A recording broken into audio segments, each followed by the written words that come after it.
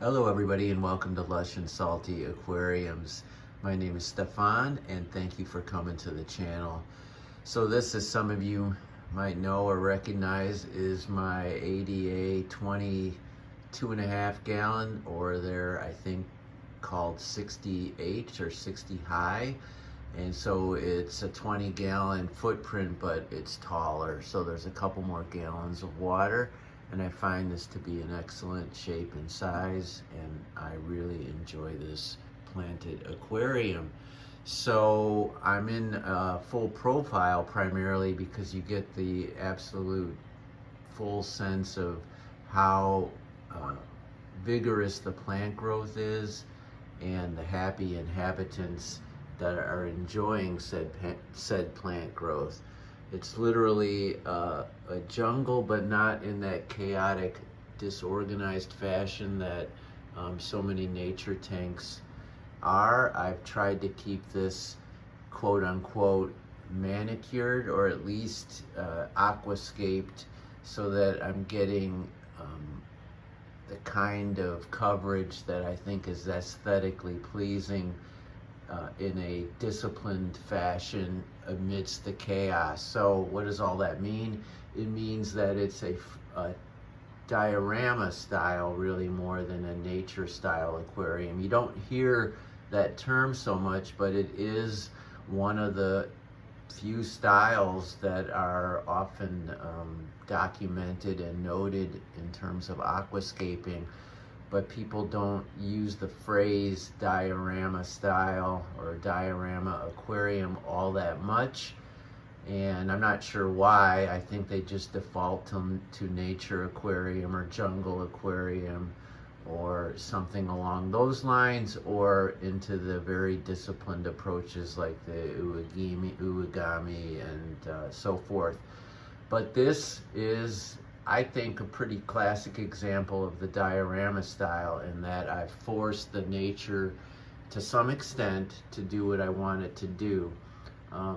As I've discussed before, back in the beginning, this was the so-called Game of Thrones tank, because that ironwood, as I call it, probably because it reminds me of the Iron Throne, hence the name Game of Thrones tank, are two pieces of wood that I sort of pushed together, and before all the plants grew, it had a throne-like look to it, and then I surrounded it with Cero stone, which honestly, there's a little bit there and a little bit there, and it's there, many pounds of it, but the plants have pretty much overtaken that, but not in a way that I find displeasing.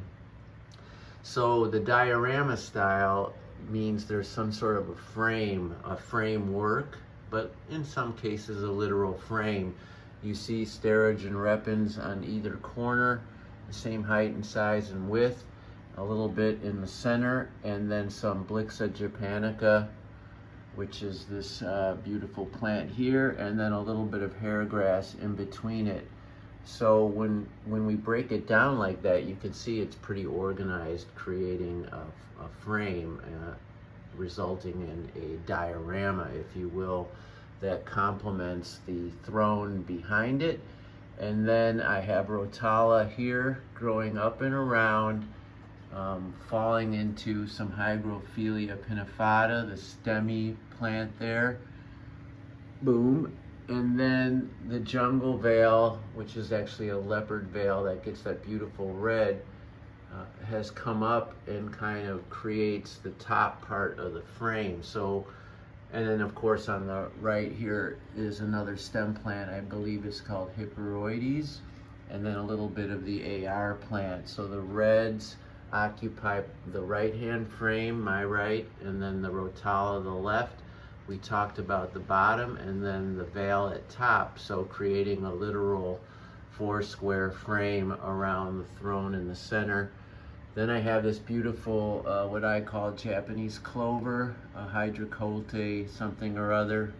Gorgeous, easy, fun plant.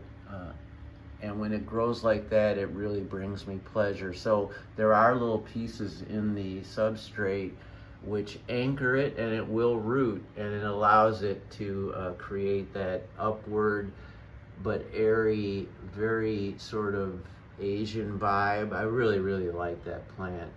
Easy peasy, although if it doesn't grow, it just looks like little wilted sort of tendrils, and that's no fun. So I do recommend anchoring it into a substrate as opposed to against a rock or wood alone. It will grow that way, but I find the best experience is to give it something at the bottom, whether it's drawing nutrients for that or not. I'm not 100% certain, but I know my results are better that way. There's cryptocorn in here, this beautiful plant which could arguably need some trimming, some in the back. And then what else do I have? Oh, pogo stem and octopus. So the three main back plants, Rotala, pogo stem, and Hipporoides, when the tank is all manicured, form sort of like a Dutch style vibe, in that there's rows of stem plants. Dutch style, diorama style, and nature style, and Iwagimi are the four, I believe, those are the four types within, like if you go to an aquascaping competition, but you'll find most of the competitors enter all of them except diorama style. Maybe the term is fallen out of favor, I don't know, maybe I'm bringing it back. So the inhabitants, I've had these Espia rasboras and some ember tetras since the beginning of this tank, and then a honey gourami in the background. Now the changing cast, so if it's a Broadway show in this diorama, the stars do change, and the stars were three angelfish I called Charlie's Angels. Only one of them remains, this super veiled clown right there. Still juvenile, but maybe a sub-adult, because although angelfish get much bigger than that, when they're super veils, their body size tends to stay smaller, which is what I wanted in a 20+ gallon tank, because you know, angelfish honestly need a bigger tank, but because of the verticality and that extra couple of gallons and the way I take care of my fish tanks, I'm able to support angelfish in here. I did lose a koi to what I call the phantom angelfish death syndrome. So that disappeared, and I took out a platinum pearl scale and put it in my big display because it was getting too big. It wasn't a veal tail, and I felt it was getting too big, so I moved it successfully to my large display tank. And then from a breeder here in the Chicagoland area, I went out to his house, which is a wonderful experience. Toucan, Michael and his father have an operation.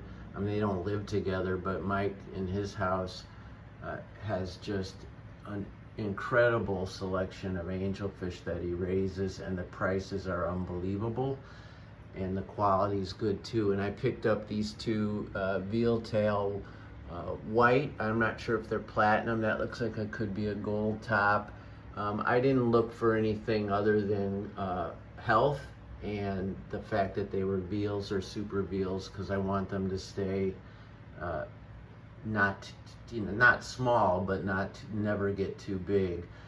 These two are very happy. So far so good. They've been in here for just a couple days, and it's wonderful because the clown, when left alone, really wasn't looking and acting his best self. And I do think, although aggression in certain groupings of angelfish is a very real problem, I do think keeping them solitary is a worse problem. And so I gave him a couple buddies, and I sort of recast Charlie's Angels with these three veals, and we shall see what we shall see.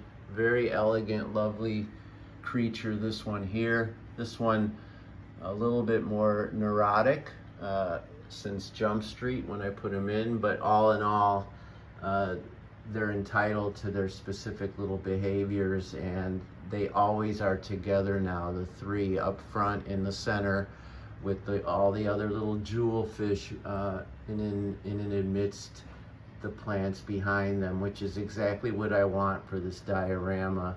I don't want all my fish hiding in the plants. Obviously, I have that issue with other tanks, and I don't prefer it, whether the fish like it or not. I'm not going to force them out in my other tanks, and I love plants too much to really eliminate intense plant growth. But here I have none of those problems. I mean, if you just look at what I'm looking at, everything, there's some embers down here, the Espia rasboras, shoaling. You know, these are shoaling fish more than schooling fish, in my opinion. I mean, in other tanks, they might get tighter together for one reason or another. But I find that when they're most comfortable, they don't huddle into a swarm, but rather sort of give themselves each a little bit of personal space while always maintaining in that herd or shoal, if you will. Nobody's attacking anybody, and everybody seems to coexist well. And when I feed, everybody gets what they need from that process. I have Coryadora in here. There's a panda. There's another one behind him, and there's a nearite snail there, and there's a mono shrimp and autosynclus. You see right there. There's one. And all in all, just a wonderful diorama style aquarium. What do you think of this tank and the term? And I'd love to hear from you. All right, everybody, keep your hands in the tank. Ciao for now.